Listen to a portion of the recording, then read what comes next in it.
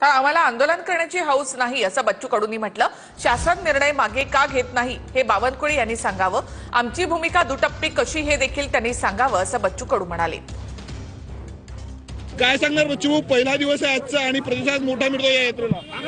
असं वाटलं होतं का एवढ्या धो-धो पावसामध्ये शेतकरी कार्यकर्ता येणार नाही, पण त्यांनी पावसात हजेरी दाखवलेली आहे। त्याचा अर्थ हा मुद्दा किती महत्त्वाचा आहे।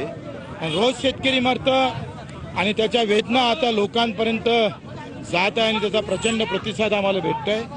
आम्हाला अपेक्षा आहे सरकारकडून का अधिक अंत पाहू नये, तातडीनं निर्णय घेतला गेला पाहिजे आणि जेपर्यंत निर्णय नाही तोपर्यंत आम्ही थांबणार नाही, ते असंच चालत राहू। अधिवेशन सुरू आहे आणि दुसरीकडे काय अपेक्षा सरकारकडून असणार आहे?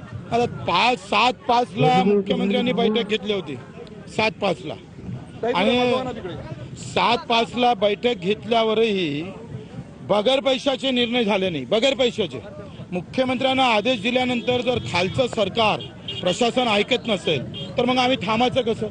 बावनकुळे साहेबांना बैठकी घेतल्या, मेनपाळाच्या बाबतीत 2 दिवसात परिपत्रक काढून सांगितलं। आज 4था दिवस आहे, काही झालेलं नाही। तुम्ही निर्णय घ्या, कर्जमाफीचा निर्णय घ्या, दिव्यांग मानधनवाढीचा मजुराचा निर्णय घ्या। आम्ही इकडे निघाली यात्रा तुमच्या घरापर्यंत येऊ, तुम्हाला खांद्यावर घेऊन नाचू। कॅमेरामन अनिकेत दहातोंडेसह मी स्वप्नील उमाप, TV9 मराठी, पापड, अमरावती।